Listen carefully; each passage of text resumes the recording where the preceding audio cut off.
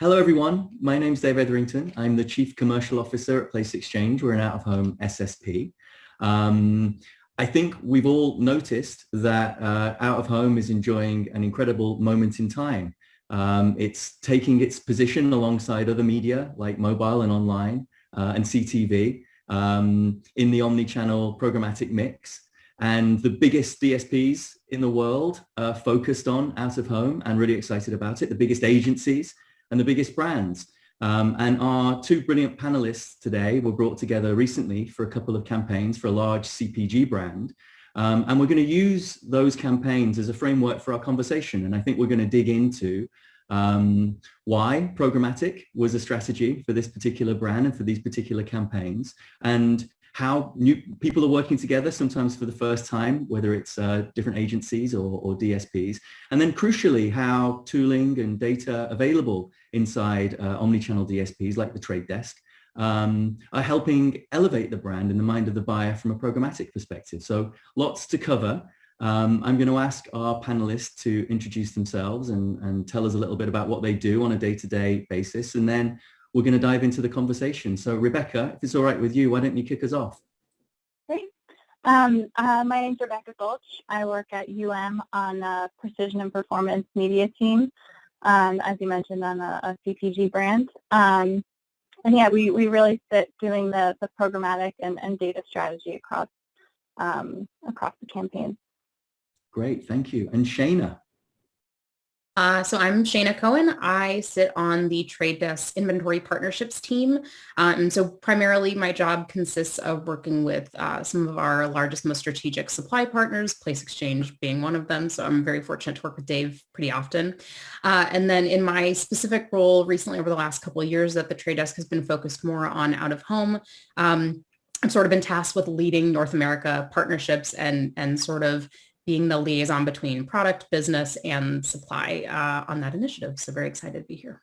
Fantastic. And we're very lucky to have you both. So let's dive in. Rebecca, this CPG brand, historically huge supporter of out-of-home, but I think this might be the first time that they bought out-of-home programmatically, certainly at such scale. Can you tell us a little bit about why that decision was made? Why to go programmatic versus direct bought, please? Yeah, so I think there's a few reasons. One of the reasons was that the campaign was really focused on a specific audience. So because precision was so important, we had to ensure that our strategy was really data-driven, and being able to do that programmatically was kind of a no-brainer. But I think the other reason was that we wanted to focus on some particular heavy-ups throughout the day. So in this instance, it was focused on afternoon hours. So we knew that operationally this was something that was really easy to execute in a DSP. Maybe it would be harder to do in the traditional sense. So we were able to be agile and optimized, which was a plus. That's great. And were other media at play for this campaign? Was everything being set up in the DSP at the same time? Can you tell us a little bit about everything else aside from out of home for this particular campaign? Yeah, so we also had a display and video component, which was great because it was something that we had already set up while the audiences were in there, and we actually also got to have a component where we retargeted people who saw the out-of-home ads with display ads. So kind of brought it all together, and I think that's something that also would have been harder to do had it not been through the DSP. Was this your first time? I think one of the points we're going to hit on is kind of discovery and learnings and new. Yeah. But was this your first time involved in a programmatic out-of-home campaign? It was my first time. There's definitely a lot of lingo that I had to pick up on and things that were new to me. So I was grateful to have your guys' assistance and our report counterparts to help with that. But it was the first time, and I think went really well just because of all the participation and coordination from all the teams. Well, I wanted to hit upon that coordination question, and Shayna, I'm going to ask you a question in a minute, but you mentioned rapport earlier, Rebecca. How did that relationship work? I know TJ was driving on the rapport side and doing a lot of conversations with the media owners, but how did that relationship work with you? I think this was also the first time that they kind of done such a large scale programmatic campaign.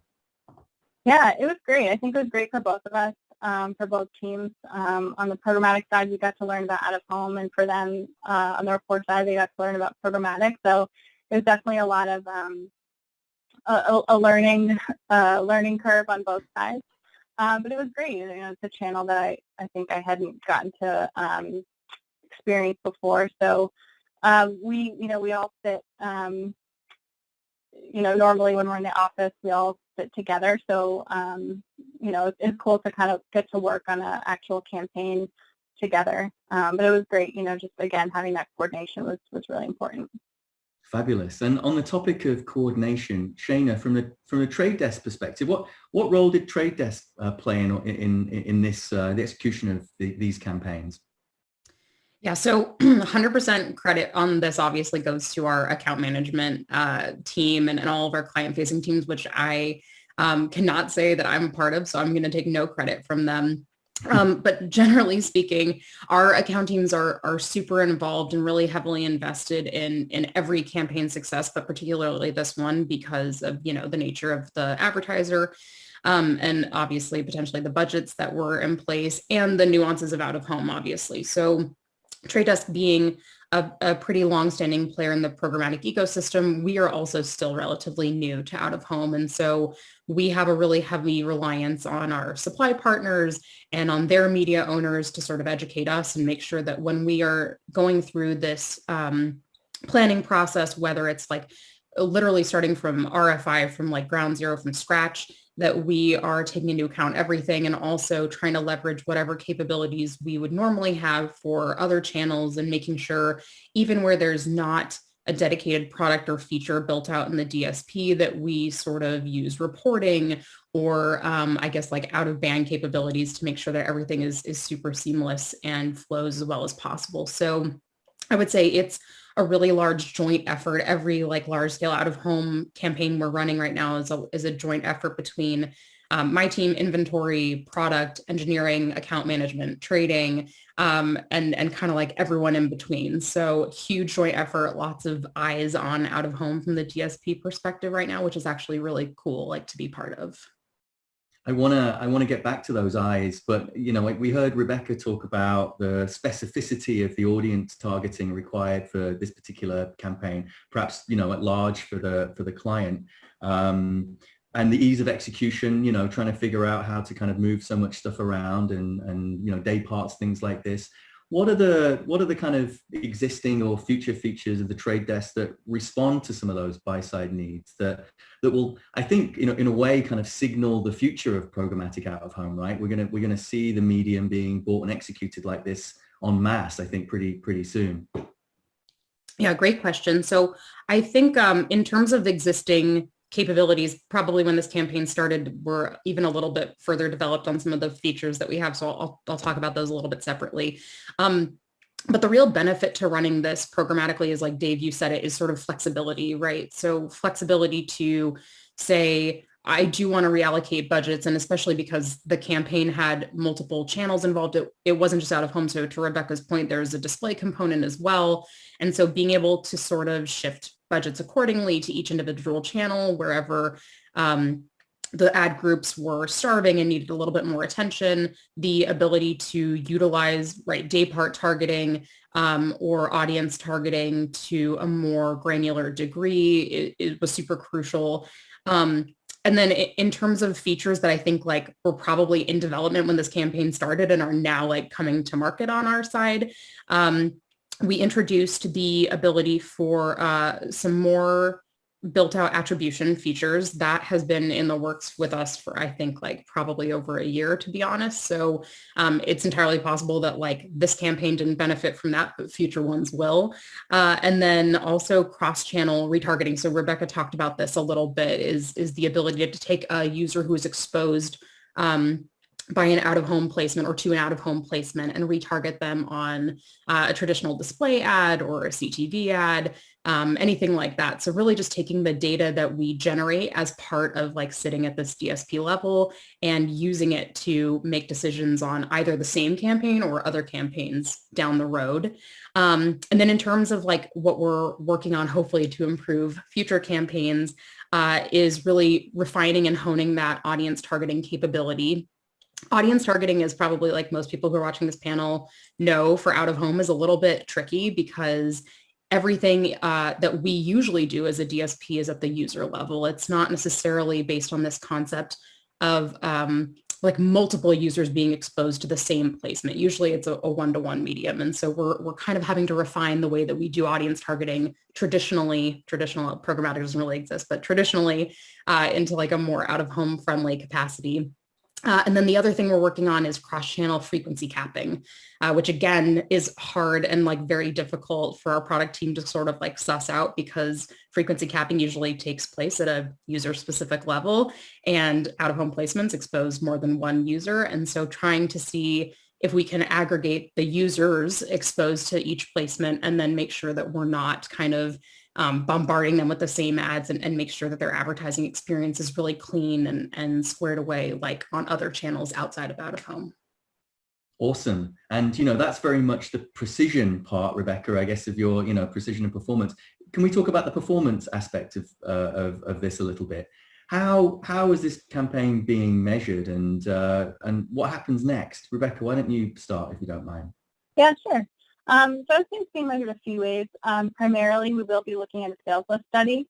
So we don't have the results of that yet, but we're really excited to be able to look at a couple of different cuts and actually see the real world impact of it. But then I think secondarily, we have, the DSP reporting. So usually we just really look at reach and impressions. So the benefits of doing this programmatically is we get this real-time reporting. So we can check things like impression delivery by the hour, and really be able to pull at these more granular grains that we wouldn't normally be able to. So we kind of have been optimizing off of that in the short term, and then long term we'll be able to look at sales. Great. And Shayna mentioned, the eyes at the trade desk that were on this, and I do want to dig a little deeper in that on the trade desk side. But on the UM side and the client side, Rebecca, for us, I think it's one of the biggest campaigns that we've seen in out of home from a programmatic perspective, from a big brand. How many eyes were on this? Were people paying attention? Yeah, I think, we've been excited to be able to test this out for the first time. So I think everyone's anxiously awaiting the sales results to see if this is something that could be applied more broadly and for other campaigns. But yeah, I would say it's kind of because we're merging different channels, and there's this intersection of interests. A lot of people are invested in seeing how it's going to turn out in terms of performance. Awesome. And Shayna, on your side, obviously lots to be conscious of at the trade desk, not least CTV, but was this grabbing people's attention at trade desk? It was, yeah. And I know I mentioned this kind of like parallel when we did our panel prep last week, 2 weeks ago.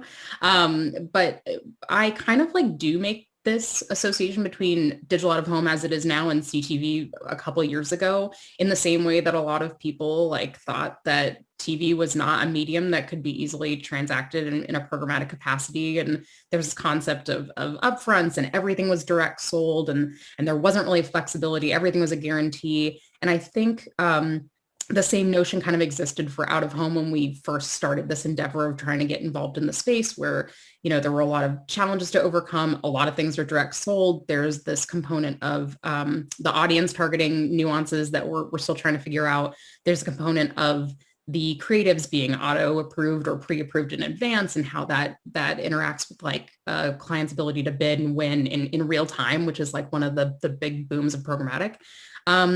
But because of all those things that we needed to build and be cognizant of for CTV and now for out of home, I think it has required so much inter-team interaction and communication. And the good part about being new to a space like Trade Desk is for out of home is that we can take learnings from clients, from our agencies, and really hone in on what we're building and make sure we're building the right things for the right audience and the right way. So it's been awesome. That's fabulous to hear. It's our last 20 seconds, and I really wanted to hear very quickly from each of you. It's been a learning process, I think, for all of us. What's the biggest thing you learned from this, Rebecca? I would say just the ability to be agile and communicative and get people on call and kind of talk things out. So definitely that constant communication and ability to be make optimizations and Agile. Great. How about you, Shayna? I think I've learned that I know nothing about out of home. No, I'm just kidding. I think, though, on a serious note, I think I've learned that it is crucial to know that like we don't know the answers, right? So very similar veins, Rebecca, like to be agile and to figure out like what the solutions are to problems we haven't faced yet. And I think to be able to rely on a lot of like people who know a little bit better and who are more familiar with the space and really like lean on them. So to maybe give up control is maybe a good learning. Well, both good insights. And as I said before, I think this is really a signal from what's to come in the future. Thank you both for your time, and thank you to everybody listening. Thank you.